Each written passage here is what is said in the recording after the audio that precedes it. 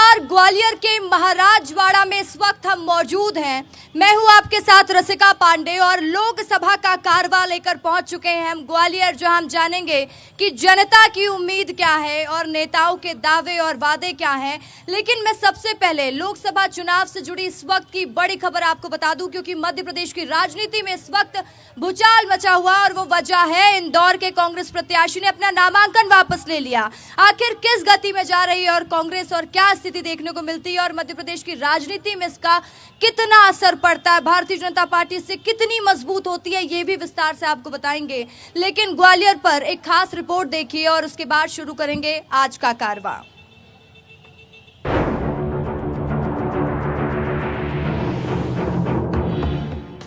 मध्य प्रदेश की राजनीति में ग्वालियर लोकसभा सीट बेहद ही महत्वपूर्ण है। यहाँ की राजनीति भी सिंधिया घराने के इर्द गिर्द ही चलती है।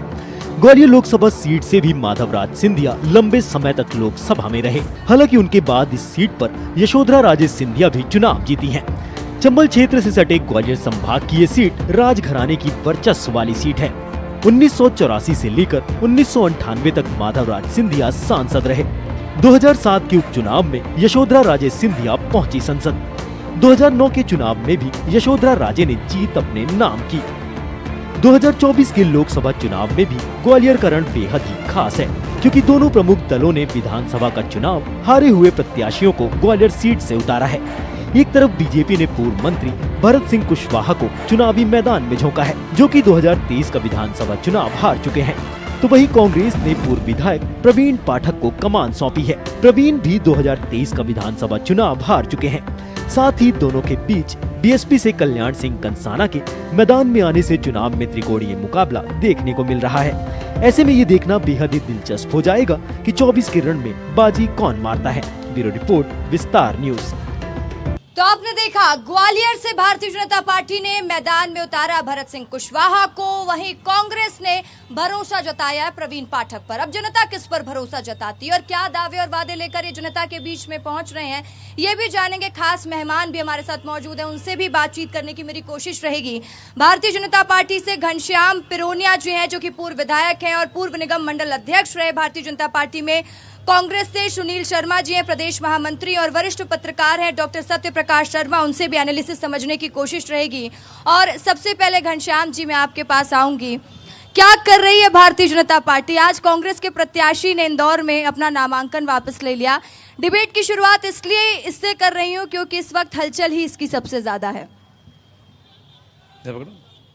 देखिए, भारतीय जनता पार्टी ये राम राज्य की संकल्पना को साकार कर रही है और हम सब लोगों ने हमारे नेता प्रधानमंत्री माननीय नरेंद्र मोदी जी के नेतृत्व में इस भारत को विकसित भारत के रूप में संकल्पित करने का जो लक्ष्य लिया है, मैं समझता हूँ कहीं ना कहीं भारतीय जनता पार्टी उस दिशा में आगे बढ़ रही है।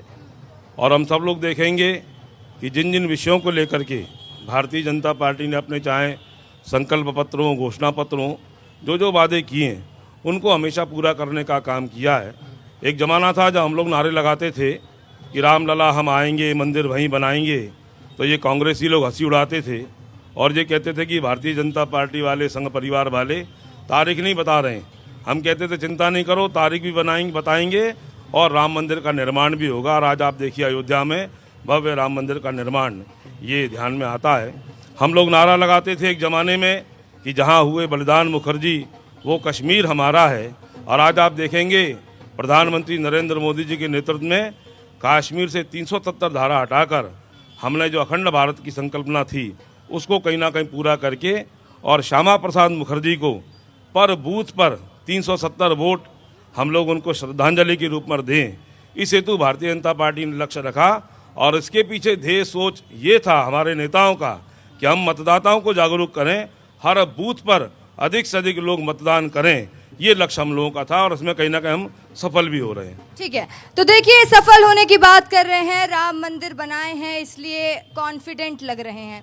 कांग्रेस पार्टी कॉन्फिडेंट है या नहीं, या मैं बोलूं कि आज कांग्रेस पार्टी थोड़ा डाउन फील कर रही हो, क्योंकि इंदौर के प्रत्याशी भी आपके नामांकन वापस ले लेते हैं। आप देख रहे हैं जहां हम खड़े हैं वहां देखिए कि कांग्रेस का झंडा लेके सैकड़ों कार्यकर्ता सड़कों पर, यह आवाज़ आपको सुनाई दे रही होगी। तो कांग्रेस का कार्यकर्ता का मनोबल प्रचंड है, मजबूत है। लेकिन अभी जो बात कही मेरे बड़े भाई आदरणीय घनश्याम जी ने, आपने इंदौर की बात कही, आपने ये नहीं कहा कि उसमें ये भी छपा है कि धारा 307 के अंतर्गत कोई 10-15 साल पुराना प्रकरण है, उसमें उनका नाम शामिल कराने की प्रयास। लेकिन सवाल इसलिए हो जाते हैं कि राजनीति कैसी हो गई है, कहाँ पर चुनाव ठीक सामने है, जनता मन बना रही थी और उसी टाइम प्रत्याशी ही अपना नामांकन वापस ले ले। मैं वही बता रहा हूँ कि भारतीय जनता पार्टी कौन से रामराज की बात करती है। क्या राम जी ये चाहते थे? क्या राम राज्य में ये था कि किसी को डराया धमका जाए? क्या राम राज्य में ये था कि किसी के पीठ पे लात मारी जाए? क्या राम राज्य में ये था कि किसी को डराया धमकाया जाए? राम जी के राज्य में ये नहीं था। राम राज्य वो था कि किसी के साथ छल कपट मत करो, किसी के साथ धोखाधड़ी मत करो, किसी के साथ अत्याचार मत करो। तो आपने देखा कि एक दिन पहले ये छपा कि 307 में उनका नाम शामिल किया जा रहा है। तो आखिर ये क्या है? ये डराने धमकाने की रणनीति नहीं है, कुनीति नहीं है। आज बात कही राम जी की, सौगंध राम की खाते हैं, मंदिर वहीं बनाएंगे, तारीख नहीं बताएंगे। तारीख इनने नहीं बताई, तारीख सुप्रीम कोर्ट ने बताई। पूरे देश ने उसको माना और पूरा देश, कांग्रेस पार्टी यही कह रही थी कि सुप्रीम कोर्ट का जो आदेश होगा वो हम मानेंगे, और पूरी देश की जनता ने माना। केवल भारतीय जनता पार्टी ने किया तो राम के नाम पर सत्ता हथियाने का प्रयास किया। ठीक है, तो देखिए एक बार पहला रिएक्शन सबके पास से मैं लेना चाहूंगी और उसके बाद हम जनता के बीच में भी पहुंचेंगे। सत्य प्रकाश जी, आप देख रहे हैं कि भारतीय जनता पार्टी और कांग्रेस किस तरीके की स्ट्रैटेजी मध्य प्रदेश में अपनाती हुई नजर आ रही है, और आप मध्य प्रदेश की ही राजनीति को बखूबी समझते हैं। ये समझाने की कोशिश करिए कि जो इस बार का चुनाव है कितना दिलचस्प हो जाता है, और ग्वालियर सीट का भी समीकरण समझाइएगा। देखिए, भारतीय जनता पार्टी एक ऐसा राजनीतिक दल है जहां वो कमजोर होता है वहां तो पूरी ताकत झोंकता ही है, जहां मजबूत भी होता है वहां भी कोई कोर कसर नहीं छोड़ता। इसका सीधा जागता उदाहरण इंदौर की लोकसभा सीट से कांग्रेस के कैंडिडेट द्वारा नॉमिनेशन विड्रॉ करना, ये बड़ा एग्जाम्पल है। और इससे कांग्रेस मोरली वीक होगी, वहीं भारतीय जनता पार्टी को एक बड़ी ताकत प्रदेश में फैलाने में बड़ा कामयाब होते दिखेंगे। देखिए, ग्वालियर का आपने जो जहाँ तक जिक्र किया, ग्वालियर में ये हिस्टोरिक सीट है। यहाँ पर देश के कद्दावर नेता अटल बिहारी वाजपेयी, विजय राजे सिंधिया, माधवराव सिंधिया जैसे लोग चुनाव लड़े हैं और उन्होंने देश के पार्लियामेंट में यहाँ को रिप्रेजेंट किया है। तो ये हिस्टोरिक सीट होने के साथ साथ यहाँ का एक बड़ा मिजाज इस चुनाव में दिख रहा है कि भारतीय जनता पार्टी इस चुनाव को कहीं ना कहीं नेशनल इशू या नरेंद्र मोदी के फेस पर ले जाने का प्रयास कर रही। वहीं कांग्रेस का ये प्रयास है कि लोकल इशू, कैंडिडेट बेस्ड ये इलेक्शन बन जाए, या कास्ट इक्वेशन को कांग्रेस बीजेपी दोनों ही भुनाने का बड़ा प्रयास कर रहे हैं। लेकिन शहर और रूरल के बीच भी कुछ लड़ाई है। कांग्रेस के कैंडिडेट लगातार सिटी से हारे, क्योंकि सिटी कभी ये आरएसएस या बीजेपी का भी गढ़ रही है। हालांकि कांग्रेस का भी बड़ा इन्फ्लुएंस है, लेकिन अगर देखा जाए तो भारतीय जनता पार्टी का यहाँ ज़्यादा वोट ज़्यादातर इलेक्शंस में देखने को मिला है। कांग्रेस की लगातार 3-4 हार के पीछे शहर एक बड़ा कारण रहा है। देखिए, मध्य प्रदेश का पूरा इलेक्शन भारतीय जनता पार्टी कहीं ना कहीं नरेंद्र मोदी की guarantee, development, Hindutva, nationalism, national security, इन बेस पर लेकर चल रही है। जबकि कांग्रेस लोकल इशूज़ के साथ साथ नेशनल इशू, 1 लाख रुपए युवाओं को देना, 1 लाख रुपए महिलाओं को देना, लेकिन ये इशू कांग्रेस संगठन 1-2 यूनिट डिस्ट्रिक्ट की छोड़ दें, ज़्यादातर यूनिट में देखने को मिला है कि वो पब्लिक डिलीवरी में इस मामले में भारतीय जनता पार्टी से काफ़ी पीछे है। यही कारण है कि उन्होंने संगठनात्मक रूप से अपने आप को वीक किया, वीक कैंडिडेट्स को टिकट दिया, तभी तो कहीं ना कहीं इंदौर जैसी घटना उनके साथ घटित हुई है। तो देखिए, अच्छे से स्ट्रैटेजी समझाइए, जनता के पास चलते हैं, पहले उनसे बात करते हैं, फिर नेताजी से फिर मंच में पूछेंगे। बताइए, कितनी तस्वीर बदली है ग्वालियर की? ग्वालियर की तस्वीर पिछले समय से, चाहे राज्य में भारतीय जनता पार्टी की सरकार हो या केंद्र में, जहां विकास ग्वालियर में देखने मिला है, चाहे अभी इंटरनेशनल, वर्तमान में कुछ समय पहले ही जो एक इंटरनेशनल नया एयरपोर्ट का जो उद्घाटन हुआ है, वहाँ उससे यहाँ के लोगों को जो रोजगार और आसपास के जो विकास क्षेत्र का हो रहा है, चाहे वो एयरपोर्ट के रूप में हो, सौंदर्यीकरण के रूप पर आप महाराज बाड़ा को देख सकते हैं, यहाँ आसपास रोड की वो विकास हो, ये सारा विकास भारतीय जनता पार्टी के द्वारा किया गया है। ठीक है, देखिए कह रहे हैं भारतीय जनता पार्टी ने विकास किया। हाँ बताइए। 20 साल से भारतीय जनता पार्टी क्या है, 20 साल से ग्वालियर सांसद है। ग्वालियर में एक ऐसा बड़ा व्यवसाय बता दो जो यहाँ के बच्चों को बाहर जॉब करने क्यों जाना पड़ रहा है, ग्वालियर के बच्चों को बाहर जॉब करने क्यों जाना पड़ रहा है, तो बड़ा दो बता दो। घनश्याम जी जवाब दीजिएगा, आज तो जवाब आप ही को देना पड़ेगा। लगाया हो जो जिससे गर्व से करके भारतीय जनता पार्टी है, कोई बड़ा दो बताओ जो ग्वालियर बच्चों बाहर जाना ना पड़े। ठीक है, क्या करते हैं दादा? जी क्या करते हैं? हाँ, मैं जो एक सामाजिक व्यक्ति हूँ। हाँ, मोदी जी ने ये किया कि जो पेट्रोल जो है 63 रुपये मिलता था, आज वो 105 रुपये है। ये भारतीय जनता पार्टी ने किया है। आज जो स्मृति ईरानी जी है, 350 रुपये का सिलेंडर बिकता था, आज वो 1100 रुपये का सिलेंडर ले रहे हैं। ये भारतीय जनता पार्टी की खूबी है, ये बहुत अच्छा विकास है। आज घर घर में देखिएगा, मोहल्ला पड़ोस को जाकर देख लिया, कचरों के ढेर लगे हुए हैं। ये भारतीय जनता पार्टी का जगह है। सफाई अभियान का बढ़ है। आज कितने सालों से या कई महीनों से आज पहाड़े साफ नहीं हुए हैं। हर क्षेत्र में देखिएगा, पेशाब घर, लैट्रिन सब। हाँ बताइए। भारतीय जनता पार्टी के शासन में काफ़ी विकास हो रहा है। ग्वालियर का काफ़ी विकास हुआ है। देश मजबूत होगा तो थोड़ा महंगाई भी होगा, वो हम झेल लेंगे। ऐसी विशेष कोई महंगाई नहीं हुई है। ग्वालियर काफ़ी विकसित हो रहा है और काफ़ी 3-4 सालों में आप देखना ग्वालियर बहुत आगे जाने वाला है। बहुत डेवलपमेंट के प्रोग्राम चल रहे हैं ग्वालियर में। एयरपोर्ट का विकास हुआ है, रेलवे स्टेशन का चल ही रहा है, स्टेडियम नया बन ही रहा है, थीम रोड बनी रही है, काफ़ी एलिवेटेड रोड बनी रही है, काफ़ी विकास चल रहा है। और डबल इंजन की सरकार ग्वालियर के लिए बहुत ज़रूरी है। अब बीजेपी के शासनकाल में देश प्रदेश सभी बहुत आगे जा रहा है। तो देखिए, बीजेपी के शासनकाल में देश प्रदेश आगे जा रहा है, ये भाई साहब कह रहे हैं। आप बताइए, आपकी क्या दिक्कत? कहाँ जा रहा है ग्वालियर विकास में आगे? एक भी उद्योग इतने सालों के भारतीय जनता पार्टी के शासनकाल में भारतीय जनता पार्टी के नेता या भारतीय जनता पार्टी का कोई भी व्यक्ति ये बता दे कि हमने एक भी उद्योग इस ग्वालियर को दिया है, बल्कि जो उद्योग थे पहले के वो और बंद करा दिए। उद्योग बंद कराने का आरोप है और घनश्याम जी से मैं जवाब लूंगी। हाँ बताइए, क्या देखते हैं आप ग्वालियर की तस्वीर? ग्वालियर में क्राइम बहुत बढ़ गया है। ये मध्य प्रदेश में भारतीय जनता पार्टी की देन है। हाँ, यहाँ हर महिला सुरक्षित नहीं है और मंगलसूत्र सुरक्षित नहीं है। यहाँ मंगलसूत्र सुरक्षित नहीं है। यहाँ सुबह महिला निकलती है, शाम को लौटेगी भी या नहीं लौटेगी, इसकी कोई गारंटी नहीं है। अच्छा, आप बताइए।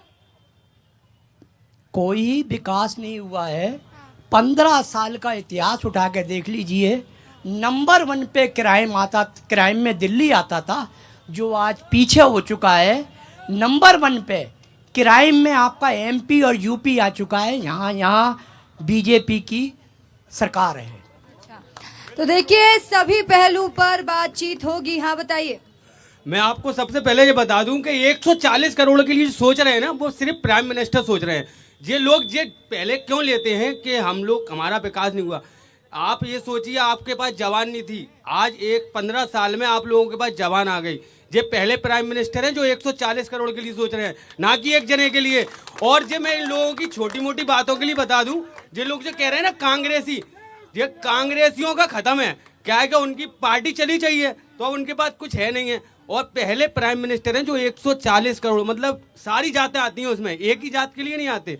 तो विकास तो सब चीज में, अब आदमी रो रहा है तो बताएगा कि ऐसा नहीं हो रहा है, वैसा नहीं हो रहा। बाकी सुविधा जो है ना, वो बीजेपी ही कर रही है। ठीक है, सही कह रहे हैं दादा, ये बिल्कुल सही कह रहे हैं, बिल्कुल सही कह रहे हैं।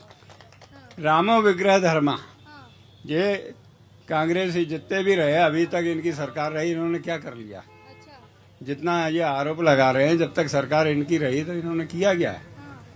ये कर सकते थे। कौन कर रहा है आप लोगों के लिए काम? बीजेपी का काम दिख रहा है। क्या लग रहा है, कौन बनेगा इस बार प्रधानमंत्री? बीजेपी के मोदी जी आएंगे।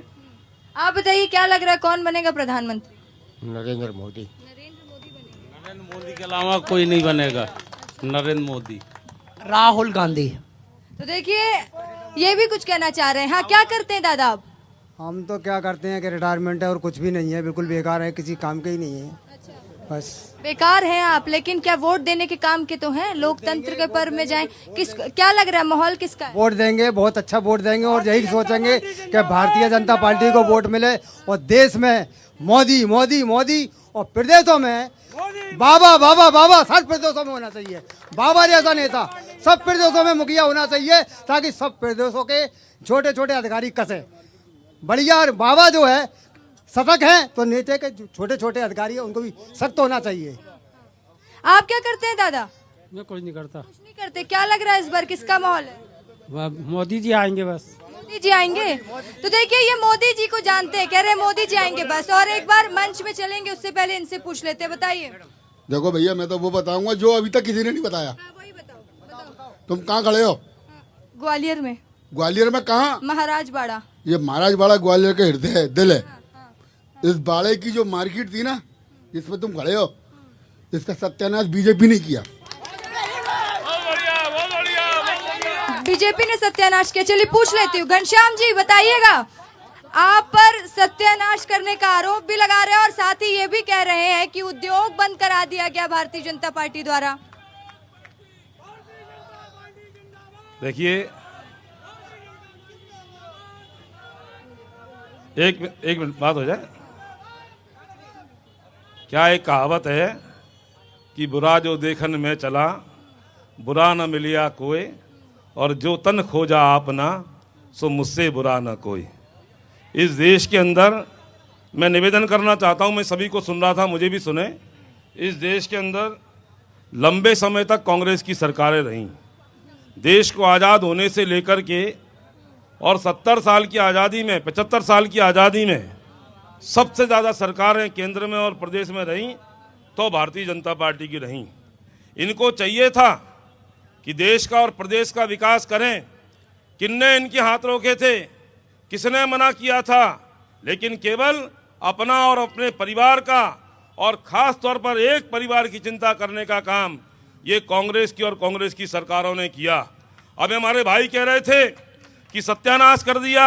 अरे सोचो, आज से 10 साल पहले इस बाड़े की हिदायत क्या थी और आज आपको बाड़ा दिखता कैसा दिखता है? ये विकास की देन है। परिवार की चिंता करोगे तो नरेंद्र मोदी अपना परिवार बनाते केवल, उनको पूरे के पूरे देश की तमाम सारी जनमानस की चिंता है। और इसलिए तेरा वैभव अमर रहे माँ, हम दिन 4 रहे ना रहे, इस भाव को लेकर प्रधानमंत्री नरेंद्र मोदी काम कर रहे हैं। उनको अपने परिवार की चिंता होती भाई साहब, तो आपकी जैसी दुकान चला रहे होते वो। देश की चिंता है, समाज की चिंता है, मैं रहूं या ना रहूं, ये देश रहना चाहिए, ये भाव लेकर प्रधानमंत्री नरेंद्र मोदी काम कर रहे हैं। और निवेदन करना चाहता हूं, पूछो इन कांग्रेसियों से, अरे तुम्हारी सरकारें थी, दिग्विजय सिंह की सरकार का कार्यकाल देखो, 10 साल की सरकार दिग्विजय सिंह की थी। बिजली नहीं थी, पानी नहीं थी, सड़कें नहीं थी, सड़क थी कि सड़क में गड्ढा था, गड्ढा था कि गड्ढे में सड़क थी। ये भाव तुम्हारे कार्यकाल में रहा। और अभी हमारे भाई कह रहे थे मंगलसूत्र के बारे में, अरे मंगलसूत्र के बारे में तुम्हें क्या जानकारी है? इस मंगलसूत्र की आन बान शान के लिए भगवान श्री राम ने आताताई रावण का वध किया था। और इसी प्रकार से इस देश की अस्मिता के ऊपर, इस देश की आन बान शान के ऊपर अगर कोई उंगली उठाने का काम करेगा तो नरेंद्र मोदी जी की तरह आप देखो, अगर किसी ने हिंदुस्तान पर आंख उठाई सर्जिकल स्ट्राइक के माध्यम से, अरे कांग्रेसियों तुम्हारी सरकार थी तो आतंकवादी नंगा नाच नाचते थे। कश्मीर की आबो हवा बदलने का काम ये भारतीय जनता पार्टी। ठीक है, तो बहुत सारी बातें घनश्याम जी ने तो गिना दी है। भारतीय जनता पार्टी कहती है हमारी तो मोदी की गारंटी काम कर रही है, ठीक है, और ये कहते हैं कि विकास हमने किया। फिर कांग्रेस के पास क्या मुद्दा है और क्या भरोसा आप लोग जनता को दे रहे हैं और लग रहा है जनता इस बार विश्वास जता लेगी? देखिए, झूठ बोलो और इतनी जोर से बोलो और बार बार बोलो, वो काम मेरे भाई कर रहे हैं। आप विकास की बात करते हैं, आपने मध्य प्रदेश का विनाश किया है। जैसमिल, स्टील फाउंड्री, रेन, सिमको, मालनपुर, उद्योग नगर जो कांग्रेस के शासन में बड़ा था, आपने बंद कराए। मालनपुर उजाड़ दिया, बामौर उजाड़ दिया। ये अगर किसी के कार्यकाल में हुआ तो ये भाजपा के कार्यकाल में हुआ। कासन के बीच में मत बोलो, मैं आपके समय नहीं बोला, ये नैतिकता नहीं है। नैतिकता सीखिए आप। मैं नहीं बोल रहा था, आप जब झूठ बोल रहे थे, मैं सच बोल रहा हूं। सर मैं यही एक मिनट मेरी बात सुनिए। सुनील जी, वही तो मैं कह रही हूँ, इनके झूठ पर जनता विश्वास जता रही है, आप लोग सच पर विश्वास कराइए जनता को। आप कैसे कह रहे हैं कि इनके झूठ पे विश्वास जता रही है? विधानसभा चुनाव में लोकसभा ग्वालियर के अंदर कांग्रेस पार्टी को 30,000 वोट ज्यादा मिले हैं। और मैं तथ्य के आधार पर बात कर रहा हूं। जेसी मिल उद्योग किसके समय बंद हुआ? तत्कालीन मुख्यमंत्री सुंदरलाल पटवा जी थे जब जेसी मिल की लाट काटी गई थी। मालनपुर उद्योग नगर किसके समय बसा? कांग्रेस पार्टी के समय। बामर उद्योग नगर किसके समय बसा? कांग्रेस पार्टी के समय। अगर विनाश हुआ तो केवल भाजपा के समय सारे के सारे उद्योग बंद हो गए। और एक उद्योग ये बता दें, और ये राम जी की बात करते हैं, अरे भैया राम तो सबके हैं, राम राज्य सब चाहते हैं, लेकिन इंदौर की तरह नहीं, इंदौर की तरह नहीं, छल कपट से नहीं, डर भय से नहीं। जनता को सुख महसूस होना चाहिए, जनता को अच्छा महसूस होना चाहिए, जनता का विकास होना चाहिए। जब आपके कार्यकर्ता भारतीय जनता पार्टी में शामिल हुए तो वो भी कह रहे थे कि हमें मंदिर जाने से रोका गया इसलिए पार्टी में आ गए हैं। ऐसा है, राहुल जी का बयान है। ये क्या है? ये जब कुछ नहीं आता इनकी समझ में, 2 करोड़ रोजगार कहाँ है पूछती है देश की जनता, मध्य प्रदेश की जनता। नौजवान रोजगार की बात करता है। 2 करोड़ की गारंटी मोदी जी की कहाँ है? अच्छे दिन आएंगे, मोदी जी की गारंटी कहाँ है? किसान की आय दुगनी होगी, मोदी जी की गारंटी कहाँ है? पेट्रोल डीजल के दाम आधे होंगे, मोदी जी की गारंटी कहाँ है? ये देश की जनता पूछती है। युवा, किसान, मजदूर आज बदहाल है, ये दिया है मोदी जी की सरकार ने। चलो जनता से पूछते हैं, क्या लगता है भाई, क्या माहौल है इस बार? मोदी मोदी मोदी, इतना मोदी मोदी चीख रहे हो, मोदी ने ऐसा किया क्या है जो इतने वक्त बने बैठे हैं? क्या नहीं किया? आप हमें बताइए, क्या नहीं किया मोदी ने? क्या किया आप लोग बताइए। 70 साल में हमें क्या मिला? विकसित भारत का नारा दिया मोदी ने हमें। कांग्रेस से मेरा सवाल है, सुनील शर्मा जी इसका जवाब दें। अपने मैनिफेस्टो में कांग्रेस ये नहीं लिखती कि हमारी सरकार आएगी तो हम नक्सलवाद को खत्म करेंगे, हमारी सरकार आएगी तो हम आतंकवाद को खत्म करेंगे। कांग्रेस ने कभी अपने मैनिफेस्टो में ये नहीं लिखा। अमेरिका से जो कानून लागू हुआ, राहुल गांधी के गुरु सैम पित्रोदा वो कहते कि हम वो कानून भारत में लागू करेंगे, मतलब भारत के नागरिकों की संपत्ति लूटने का। आपका सवाल पूछेंगे। आप माइक में तो हटाना, मैं बोलूँगा। मैं कांग्रेस के बड़े मित्र भाई साहब को पूछना चाहता हूँ, आप भगवान राम को मानते हैं, अच्छी बात है, सभी लोग मानते हैं। एक मोदी जी ने भगवान राम का मंदिर बनवा दिया, उनका निर्माण, एक भगवान राम का मंदिर बनवा दिया, निर्माण करवा दिया। भगवान राम का विकास हो रहा है। मोदी जी रोजगार चाहिए। आज का चुनाव मोदी होगा। प्रधानमंत्री नरेंद्र मोदी कहते हैं कि महिलाओं को सशक्त बनाने का वो लगातार काम कर रहे हैं। भारतीय जनता पार्टी का एजेंडा ये कि हम महिलाओं को सशक्त बनाएंगे, सुरक्षित महसूस कराएंगे। क्या आप ग्वालियर में सुरक्षित महसूस करती हैं और खुद को सशक्त मानती हैं? मैं बिल्कुल ग्वालियर में मेरी सारी जितनी भी बहनें हैं, जितनी भी महिलाएं हैं, वो बिल्कुल सशक्त हैं और बिल्कुल सुरक्षित हैं। हमारी बहन बेटियां भी सुरक्षित है। बीजेपी सरकार ने हमें इतना सशक्त बनाया, नारी शक्ति को इतना सशक्त बनाया है कि आज महिलाएं अकेली रात में भी, जैसे कांग्रेस अभी बात करी थी, महिलाएं जब रात में निकलती थी तो वो लौट के शायद आए ना आए। मैं कहती हूँ कि महिलाएं अब रात जाती हैं तो निकल कर भी आती हैं और सुरक्षित भी आती हैं। ठीक है, आप बताइए क्या देखती हैं ग्वालियर की तस्वीर और ग्वालियर की स्थिति के बारे में समझाइए थोड़ा। सबसे पहले तो मैं ये बोलना चाहूंगी कि अभी मेरे कुछ भाई ये बोल रहे थे कि महंगाई का मुद्दा उठाया था कि 100 मतलब मोदी जी हैं, उन्होंने कहा कि लेटरिन साफ नहीं हो रही। मोदी जी 144 करोड़ लेटरिन साफ करने नहीं आएंगे, हमको खुद ही देखना पड़ेगा। अपने घर की लेटरिन हमको खुद ही देखनी पड़ेगी। और बात रही सफाई की, तो यहाँ की महापौर कांग्रेस ही है। जो कचरे के ढेर लगे हुए हैं वो महापौर कांग्रेस की ही है। ठीक है। दूसरी महंगाई, महिलाओं की सुरक्षा की बात हुई थी। महिलाओं की सुरक्षा की बात यह है कि आज हम इतने बड़े मंच पे सिर्फ 4 महिलाएं यहाँ बैठी हुई हैं, तो कितनी सुरक्षित है। तभी हम अपने घर को छोड़ के, अपने मंगलसूत्र को छोड़ के यहाँ आज बैठे हुए हैं। अभी आतंकवाद की बात हो रही थी, तो एक महिला का आप सम्मान नहीं कर सकते, एक एंकर महिला का सम्मान नहीं कर सकते, तो ये कांग्रेस के लोग हैं। इनकी ये सभ्यता बताती है कि ये कांग्रेस की सभ्यता है। नारी का कितना ये सम्मान करते हैं और कितना करते थे।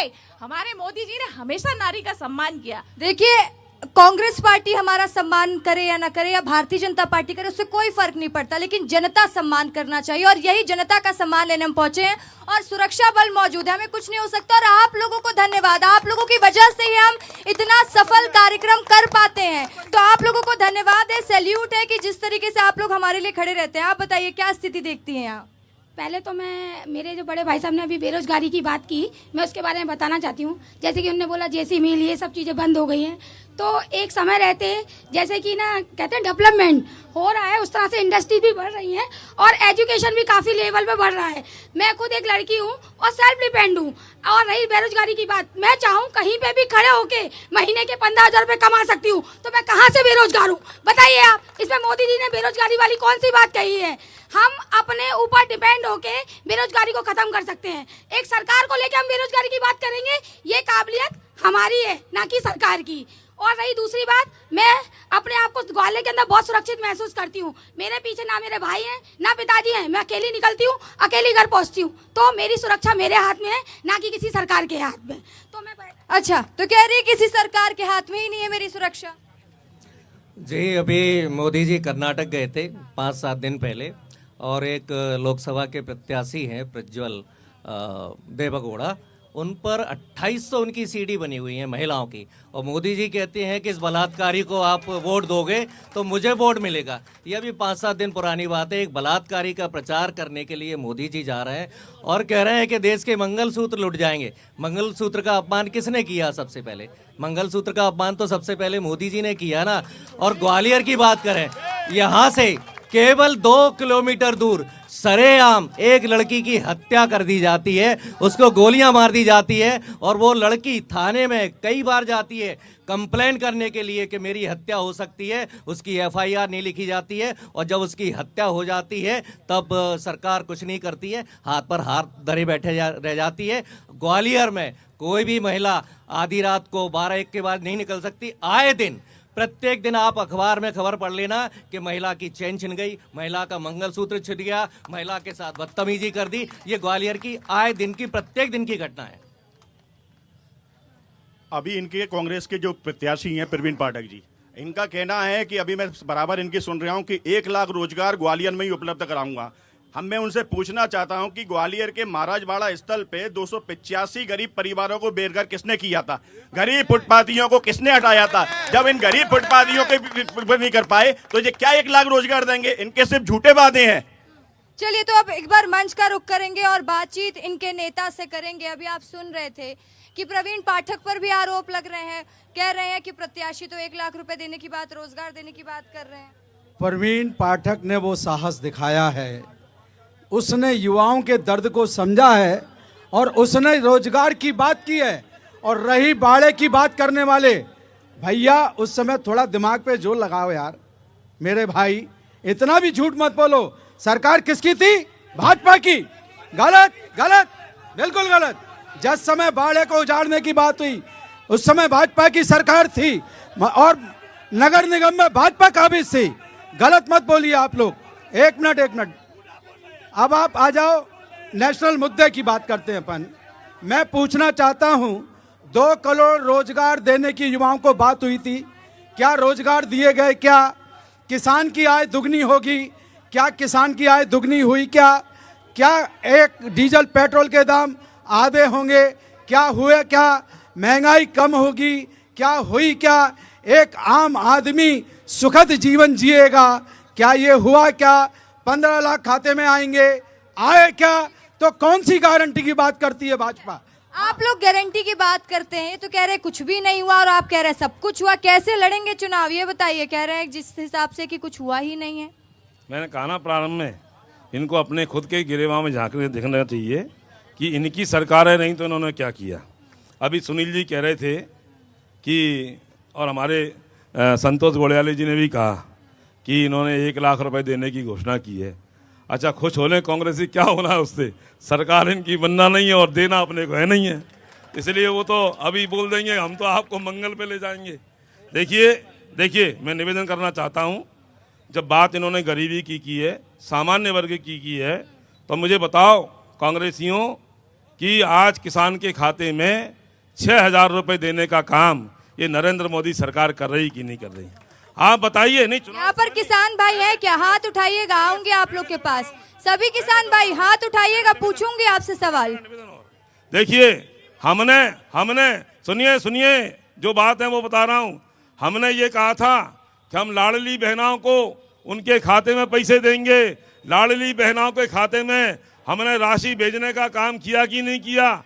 बताइए, ये हुआ कि नहीं? और कांग्रेस ने उसकी नकल करी। कांग्रेस ने नकल करी कि हम 3,000 देंगे। अरे सरकार ही तुम्हारी नहीं बनी है तो काहे में नकल करोगे? मैं निवेदन करना चाहता हूं कि हमने हमने आयुष्मान योजना के माध्यम से गरीबों के उपचार के लिए 5 लाख रुपए देने का काम ये भारतीय जनता पार्टी सरकार ने किया है। और हमने प्रधानमंत्री आवास के माध्यम से हमने गरीबों को मकान देने का काम किया है। और इंदिरा आवास आती थी, एक इंदिरा कुटीर अंधा बाटे रेवड़ी और चीन कर दे।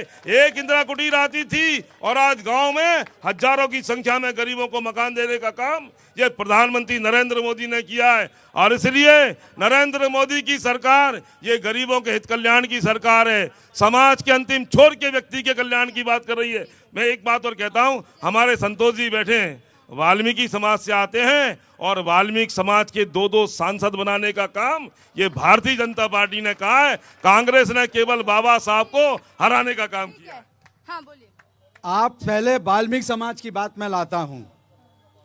ग्वालियर के अंदर विनियमितीकरण कराने का अगर किसी ने काम किया तो सुनील शर्मा ने किया और कांग्रेस पार्टी ने किया आंदोलन के माध्यम से। एक वाल्मीकि समाज का व्यक्ति आज कहता है कि अगर हमारी किसी ने सुध ली तो सुनील शर्मा ने ली और कांग्रेस पार्टी ने ली। हमारा तो वर्षों से भाजपा के शासन में शोषण हो रहा था।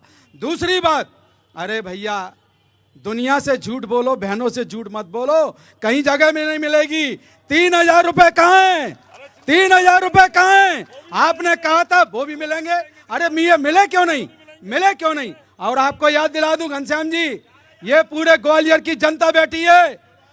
ये बात उठाने वाला मध्य प्रदेश के अंदर पहला व्यक्ति सुनील शर्मा था। कांग्रेस पार्टी थी जिसने कहा था महिला सम्मान सुरक्षा निधि बहनों को मिलना चाहिए। तब ये भाजपा के लोग मेरा मजाक उड़ा रहे थे और चुनाव जैसे ही आया मेरी बहनों के पीछे घूमने लगे। 1,000 रुपए ले लो, 1,200 रुपए ले लो।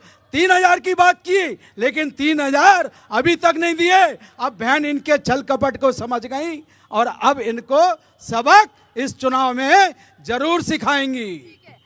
तो आप देख रहे हैं, लोगों की बात भी सुन रहे हैं और दोनों ही कांग्रेस के हो चाहे बीजेपी के हो, एक चीज चुनाव में तो समझ में आ रही है। जगह जगह घूम रही हूँ, अभी तक 27 लोकसभा सीट कवर कर चुकी हूँ। तो मैं देख रही हूँ कि जब भी हम जनता से उनके मुद्दे पूछते हैं, लेकिन जब माइक कार्यकर्ताओं के पास जाता है तो मुद्दे ही 2 ही गूंजते हैं। आप समझ गए मैं किस मुद्दे की बात कर रही हूँ? समझाइएगा। देखिए Rachika ji, near about more than 45 minutes इस डिबेट को हो चुका है। अभी तक आपने बीजेपी की कैंडिडेट का नाम आया क्या? नहीं आया। भरत सिंह कुशवाहा का नाम नहीं आया, ना तो यहाँ से पब्लिक से आया, ना बीजेपी के कैंडिडेट ने कहा। लेकिन ये शांत बात सुनो, तो मैं कहना क्या चाह रहा हूँ, अंडर करंट क्या है? नरेंद्र मोदी की जो लहर है उसी का मुकाबला कांग्रेस से है, बीजेपी के कैंडिडेट से नहीं दिखता है। तभी आपने देखा कि कांग्रेस हमेशा हर सीट से आप देखें कि मुद्दों को लोकलाइज करना चाहती है, कैंडिडेट पर लाना चाहती है, कास्ट पर लाना चाहती है, जिससे कि नरेंद्र मोदी का जो करंट है वो कहीं ठंडा पड़ जाए। लेकिन ये चीज़ तो आज इस पब्लिक ने दिखा दी है कि कहीं ना कहीं नरेंद्र मोदी का करंट उसमें प्रभाव हो रहा है और कांग्रेस की जो फाइट है वो नरेंद्र मोदी के माध्यम से ही दिख रही है। एक चीज और समझाइएगा मुझे, 2 फेज की वोटिंग हो चुकी है। मध्य प्रदेश में वोटिंग परसेंटेज काफी कम देखने को मिला। 3rd फेज में वोटिंग ज्यादा, उसके लिए निर्वाचन आयोग भी अलर्ट मोड पर आ गया है और हम देख रहे हैं राजनीतिक दल भी मैदान में उतर रहे हैं। भारतीय जनता पार्टी की स्ट्रैटेजी देखने को मिलती है कि प्रधानमंत्री नरेंद्र मोदी खुद पहुंच रहे हैं अलग अलग क्षेत्र में, और चाहे JP नड्डा हो, चाहे फिर हम इनकी बात कर ले, अमित शाह की बात कर ले, वो भी पहुंच रहे हैं। लेकिन कांग्रेस पार्टी की तरफ से ये प्रचार कम देखने को मिल रहा है मध्य प्रदेश छत्तीसगढ़ में। इसका क्या फॉर्मेट हो सकता है? रचिका जी, आपने 2023 असेंबली इलेक्शंस में देखा, हमने बहुत सारे प्रेडिक्शंस किए, दे वर कोलैप्स्ड। तो हम ये कह सकते हैं कि हम जो एस्टिमेशन कर रहे हैं वो सही होगा ये तो नहीं कह सकते, लेकिन ट्रेंड है कि जब जब रूलिंग पार्टी के अगेंस्ट वोटर टर्नआउट कम होता है तो रूलिंग पार्टी को नुकसान होता है, अपोजिशन को फायदा होता है। लेकिन मध्य प्रदेश में जो हवा चल रही है, छत्तीसगढ़ में जो हवा चल रही है, वो भारतीय जनता पार्टी या नरेंद्र मोदी की हवा है। उस हवा में जीत का यानी लीड का जो डिफरेंस है वो तो कम हो सकता है, लेकिन ये नहीं कहा जा सकता कि मध्य प्रदेश में भारतीय जनता पार्टी बहुत पीछे जा रही हो। भारतीय जनता पार्टी की कुछ सीट्स पर कांग्रेस ने एक प्रयास किया है कि कास्ट इक्वेशन ऐसा बनाया जाए जिससे भारतीय जनता पार्टी के कैंडिडेट को घेरा जाए। ऐसी मध्य प्रदेश में कुछ सीट्स हैं, वहां पर टफ कंटेस्ट आपको देखने को मिल सकता है। लेकिन ओवरऑल जो भी लड़ाई है मध्य प्रदेश छत्तीसगढ़ में, वो कहीं ना कहीं मोदी के चेहरे प्लस कांग्रेस के लोकल इश्यूज के ऊपर ही ये लड़ाई है। तो मोदी के चेहरे की लड़ाई, कांग्रेस के लोकल इशू की लड़ाई है। अब किस पर जनता विश्वास जताएगी, आप ही लोग बताइएगा। मैं फिर आपके पास आ गई माइक लेकर, सवाल पूछ लीजिए बीजेपी से। जी, मोदी जी संविधान बदलना चाहते हैं, 4 सांसद उनके बोल चुके हैं, अभी चुनाव भी लड़ रहे हैं। अनंत हेगड़े, ज्योति मिर्धा, अरुण गोविल, लल्लू सिंह, और आरक्षण को ख़त्म करना चाहते हैं मोदी जी। तानाशाही को बढ़ाना चाहते हैं, और ये चंदे का धंधा जो किया, चंडीगढ़ जो चुनाव भारतीय जनता पार्टी ने गलत तरीके से जीता, अभी सूरत में जो नाटक कर रहे हैं, इंदौर में कर रहे हैं, खजुराहो में कर रहे हैं, तो यहाँ जितने भी लोग अभी सवाल जवाब कर रहे हैं, अगले बार इनको यदि भाजपा आती है तो वोट डालने का भी मौका नहीं मिलेगा, और कांग्रेस आएगी तो संविधान भी रहेगा, लोकतंत्र भी रहेगा। और जहाँ तक अभी वाल्मीकि समाज की बात चल रही है, भाजपा आएगी तो वोट डालने क्यों नहीं मिलेगा, ये मैं भी आपसे समझना चाहूंगी। कोई पार्टी ये चेंज कर देगी, ये मेरा क्वेश्चन आपसे है।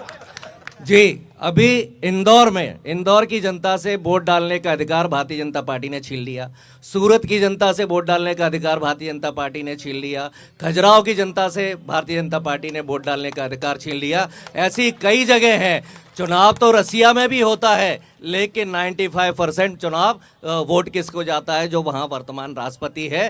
केवल दिखावे के लिए चुनाव होगा या नहीं होगा। और अभी एक बात और चल रही है कि दलितों का ये किया वो किया, दलितों को 33% आरक्षण नगरीय निकाय में, सरपंची में, विधायक में किसने दिया? कांग्रेस पार्टी में। आज भारत में जितने भी सरपंच हैं SC SC OBC के, कांग्रेस के कारण हैं। जितने भी IAS अधिकारी हैं, जितने भी कर्मचारी हैं, भारतीय जनता पार्टी के विधायक, पार्षद हैं, ये सब कांग्रेस पार्टी ने आरक्षण दिया। इसलिए भारतीय जनता पार्टी के नेता भी आज पार्षद और विधायक और सांसद कांग्रेस पार्टी के कारण हैं। और मोदी जी और मोहन भागवत जी ये सब खत्म करना चाहते हैं। मोहन भागवत जी बोल चुके हैं कि हम आरक्षण की समीक्षा करेंगे, और भारतीय जनता पार्टी के नेता कई बार बोल चुके हैं SC SC OBC के आरक्षण को हम खत्म कर देंगे।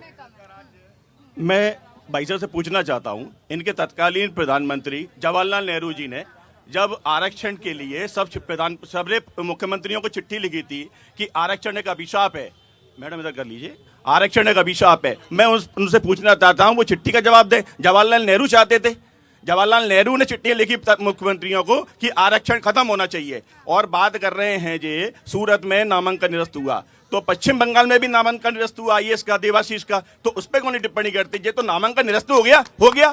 आज इनका प्रत्याशी अगर मैदान छोड़ के हमारी बीजेपी में आ गया, हमारी नीतियों से प्रभावित होकर आ गया, तो उसमें तो उसमें बीजेपी का क्या वो है, बताइए। क्या युवा भी बात करना चाहते हैं, बताइए।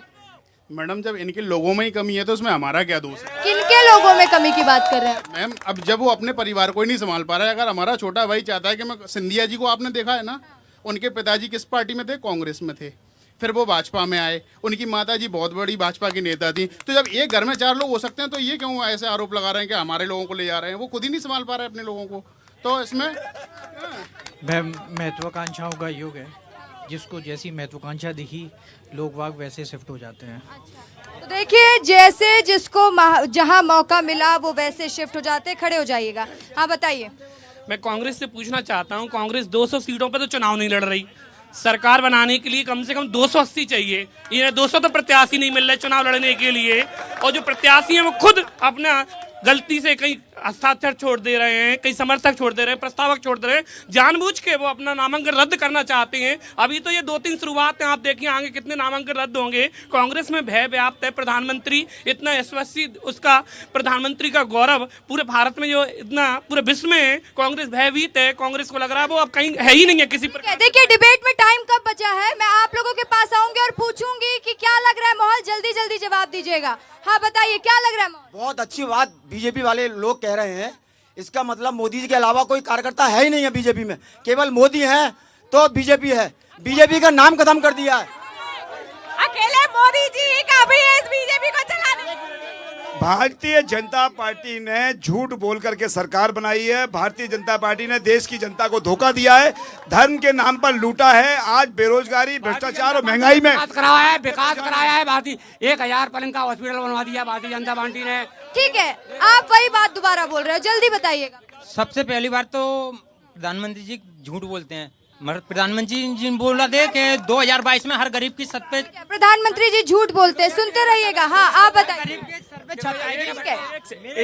मैं इंदौर पे बोलना चाहूँगा। 10 जो इंदौर पे हमारा कांग्रेस का प्रत्याशी था अक्षय कांति बम, 10 साल पुराना मुकदमा उसका खोला गया। उस पे कल 307 की कार्रवाई की गई। उसके कॉलेज के जो व्यवसायी था वो, उसकी कॉलेज की जमीन का सीमांकन किया गया और आज उससे नामांकन वापस ले लिया गया। और भारतीय जनता पार्टी के लोग कह रहे हैं वो हमें चाहता है, आप उसको डरा के अपने पास। इसीलिए तो कहते हैं भ्रष्टाचारी इतना मत करो कि बाद में डरना पड़े। चलो जाने दो, बात करने दीजिए लोगों से। क्या करते हैं आप?